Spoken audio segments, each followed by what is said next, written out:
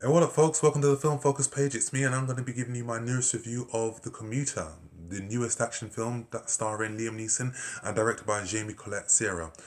And this film marks the fourth collaboration between Serra and Neeson, with their previous efforts including Unknown, Run All Night, and their most recent high-profile effort, Non-Stop. Now, in this film, Neeson plays a character called Michael McCauley. He's an ex-New York City police officer who's now working as an insurance salesman. He takes a train to work every day. He knows everybody on the train, and he's just stuck in a usual routine of work. And whilst he is at his office, he gets laid off after 10 years of service with this company. Feeling deflated and feeling used and feeling angry, he goes home, doesn't disclose to his wife that he's been fired, but it's on the train ride home that he meets a person, a mysterious woman called Joanna, played by Vera Farmiga, and they struck up a conversation together.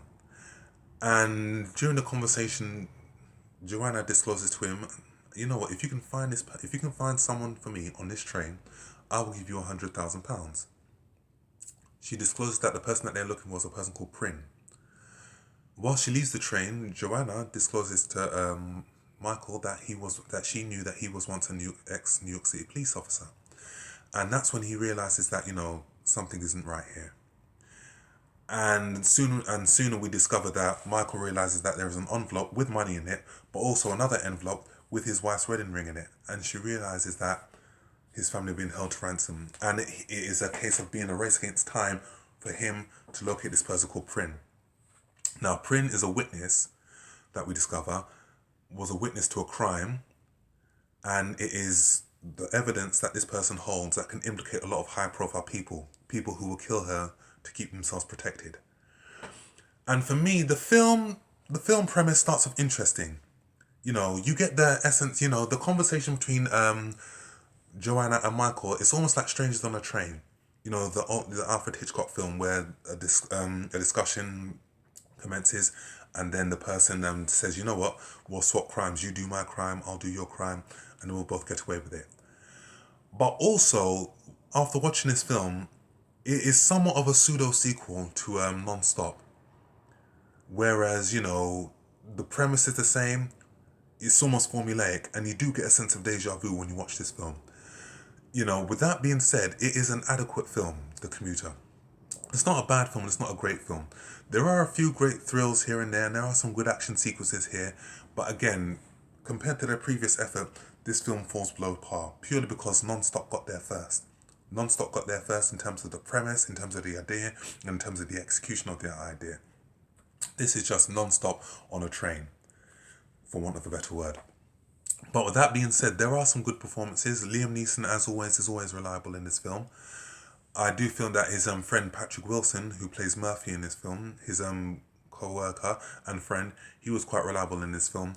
And also Sam Neill was in this film. And for me, I don't know why, because his performance is more like a cameo. He's not even in the film that often.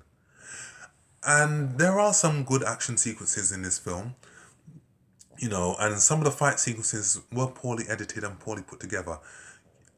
And you can tell that there was a lot of stunt work and possibly some CGI used in this film as well. And, Liam Neeson is pushing 60 or is 60 already. I think that could be the reason why they did that. But with that being said, this film does have its moments of tension. But for me, again, after seeing Non-Stop, you do feel that this is like deja vu. It's very routine. The premise of this film, it has been done before. And it has been done better before. And this film is adequate. And there was a final revelation in this film that I found to be where, Michael does eventually get to find the witness, the person that he's looking for. And there's a revelation that is made, and you can actually see where this takes the final act of the film, and you can see it coming a mile off. I saw it coming a mile off, and I thought it was quite disappointing. So, this collaboration between Serra and Neeson is good, but this one, I think, is their weakest effort thus far. The Commute is not a bad film, and it's not a great film either. It was adequate. This is something that I could just watch on, DVD or on demand. But as always, Liam Neeson, more credit to him. He's doing what he's doing best. He's doing action films, and he's like making the best of his talent and his physicality as an actor and as an ex-boxer. So more power to him. But as a film, I'd say that, you know, it was kind of weak in places. So overall, I will give The Commuter 5 out of 10. I think this is something that you can wait to watch on Netflix or video demand or on DVD. But an adequate watch nonetheless. So that's my review of The Commuter. Let me know what you think. Feel free to follow, subscribe to my channel and follow me on Instagram and Facebook. Leave your comments below. What's your favourite Liam Neeson action film? And I shall see you on the next film review. Take care.